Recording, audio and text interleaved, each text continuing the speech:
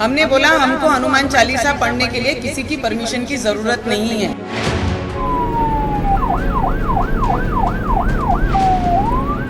Mumbai police के इतिहास का सबसे शर्मनाक दौर चल रहा है। ये पागल है, ढूंढे आदमी है। नमस्कार, मैं हूं विजय विद्रोही, आपका दोस्त, और आप देख रहे हैं अनकट। तो महाराष्ट्र की राजनीति क्या किसी निर्णायक मोड़ पर पहुंच चुकी है? इसके तीन चीजें सामने आती हैं कि क्या बीजेपी शिवसेना को हिंदुत्व के प्रतीक के रूप में क्या खत्म कर देगी और खुद को हिंदुत्व का सबसे बड़ा प्रतीक बताएगी? क्या कोई ऐसा समीकरण बैठ सकता है कि शरद पवार उद्धव ठाकरे को साइडलाइन कर दे और बीजेपी के साथ मिलकर सरकार बना ले?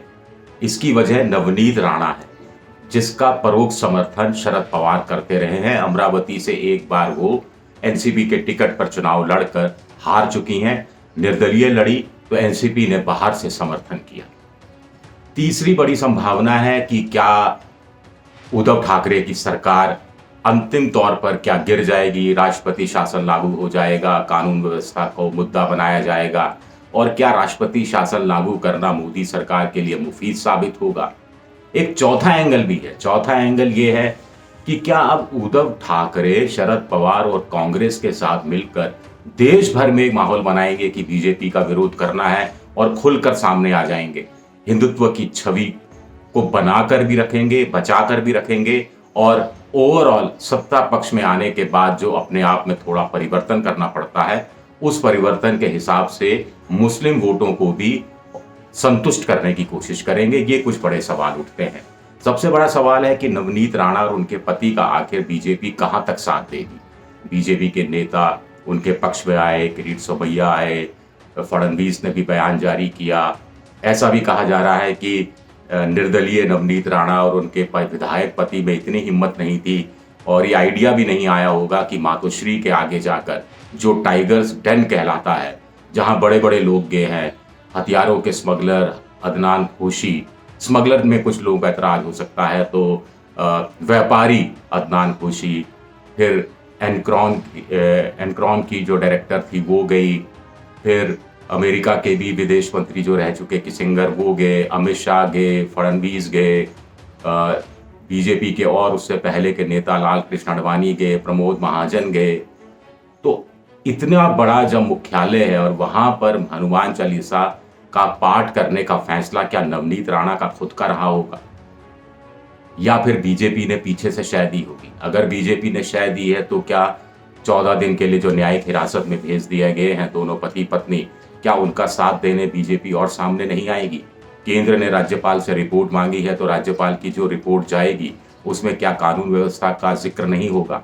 और कानून व्यवस्था का जिक्र होगा तो क्या मोदी सरकार कोई फैसला उस पर करेगी या नहीं करेगी? आने वाले दिनों में लोकसभा चुनाव में, मानसून सत्र में, लोकसभा के अंदर, राज्यसभा में ये मामला क्या बीजेपी जोर शोर से उठाने की कोशिश नहीं करेगी? जहां पर वो बहुत अच्छी हालत में है। राज्यसभा में भी 100 से पार उनकी सीटें हो चुकी हैं और लोकसभा में तो उनका खैर पूरा बहुमत है ही और अच्छा खासा बहुमत है उनके पास। तो किस हद तक वहां जाएगी? उद्धव ठाकरे की सरकार को गिराने की कितनी कोशिश करेगी? या अंतिम झटका होगा या फिर अंतिम झटके से पहले की ये झटका देने की तैयारी है? शिवसेना को जमीन पर धरातल दिखाने की तैयारी है? आम लोगों की नजर में शिवसेना को डिस्क्रेडिट करने की तैयारी है कि देखिए यही पार्टी थी जो कभी इस तरह की चीजों का समर्थन करती थी कि अजान पर रोक लगाई जाए, लाउड स्पीकर पर रोक लगाई जाए, और अब हनुमान चालीसा करने वालों के खिलाफ एनएसए लग गया। तो ये कैसी हिंदूवादी पार्टी है जो हनुमान चालीसा करने वालों पर राष्ट्रीय सुरक्षा कानून लागू कर देती है? इसका मतलब है कि ये इनका झुकाव मुसलमानों की तरफ है, इसका मतलब है कि ये हिंदूवादी नहीं रहे, इसका मतलब है कि सबसे बड़ी हिंदूवादी पार्टी बीजेपी है।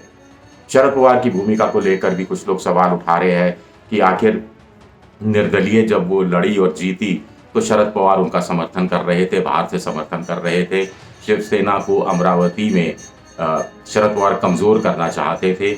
उससे पहले शिवसेना के उम्मीदवार वहाँ से जब एनसीपी के टिकट पर अमरावती से चुनाव लड़ी थी नवनीत राणा, तो उनको हराया था। फिर नवनीत राणा ने शिवसेना के एक दिग्गज नेता को निर्दलीय उम्मीदवार के रूप में हराया था, और ऐसा बिना शरद पवार की मदद के हो नहीं सकता था। ये बात सब अच्छी तरह जानते हैं।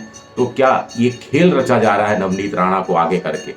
आखिर बहुत बड़ा सवाल है कि जब महाराष्ट्र की राजनीति में फडणवीस जैसे नेता हैं, गडकरी जैसे नेता हैं, उद्धव ठाकरे जैसे नेता हैं, शरद पवार जैसे नेता हैं, कांग्रेस भले ही तीसरे नंबर पर हो, चौथे नंबर पर हो, हाशिए पर हो, लेकिन पृथ्वीराज चौहान हैं, शिंदे हैं और भी तमाम बड़े नेता हैं, पूर्व मुख्यमंत्री हैं कई, जिनका अभी भी वर्चस्व है, अभी भी उनकी अच्छी खासी चलती है। तो उनके रहते क्या नवनीत राणा ने ऐसा कर दिया? क्यों कर दिया? किसके कहने पर कर दिया? राज ठाकरे के रहते हुए बाजी मार गई।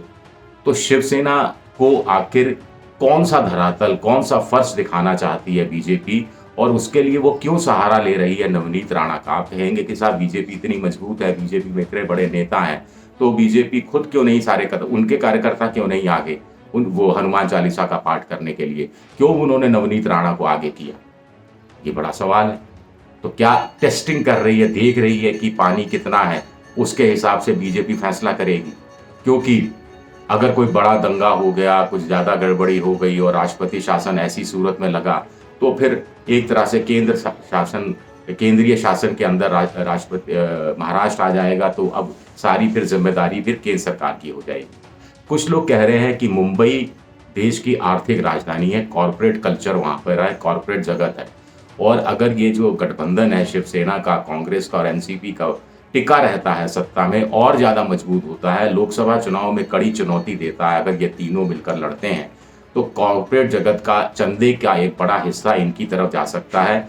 और ये बात बीजेपी को किसी भी रूप में मंजूर नहीं है कि कॉरपोरेट का चंदा बटे, इस रूप में बटे। वो अधिकांश पर अपना कब्जा करना चाहती है, वो मुंबई पर इस सूरत में भी कब्जा करना चाहती है। तो इसलिए भी क्या आग की किरकिरी बने हुए हैं उद्धव ठाकरे, ये देखना भी दिलचस्प होगा। तो आने वाले समय में ये जद्दोजहद और ज़्यादा बढ़ने वाली है। उद्धव ठाकरे शायद अगले एक आध महीने में अयोध्या जाने वाले हैं, राम मंदिर जो बन रहा है उसका दर्शन करने के लिए जाने वाले हैं। और उद्धव ठाकरे ने भी, आपको ध्यान होगा कि बीजेपी की राजनीति को समझ रहे हैं कि बीजेपी कहीं ना कहीं उन्हें हिंदुत्व के मुद्दे पर उलझाने की, फंसाने की कोशिश कर रही है। इसलिए पिछले दिनों जब देश में सांप्रदायिक तनाव की बढ़ती घटनाओं के मद्देनज़र सोनिया गांधी ने 13 विपक्षी दलों के साथ एक संयुक्त रूप से एक प्रपत्र, एक मेमोरेंडम केंद्र सरकार को भेजा था, तो उद्धव ठाकरे ने अंतिम समय पर इस पर हस्ताक्षर करने से भी इनकार कर दिया था। लेकिन दो नावों में सवारी करना उद्धव ठाकरे के लिए क्या खतरनाक साबित होगा? यही सवाल बीजेपी के साथ, क्या पूरी तरह से हिंदुत्व की नाव पर उतर जाना क्या उनके लिए दुधारी तलवार जैसा साबित होगा?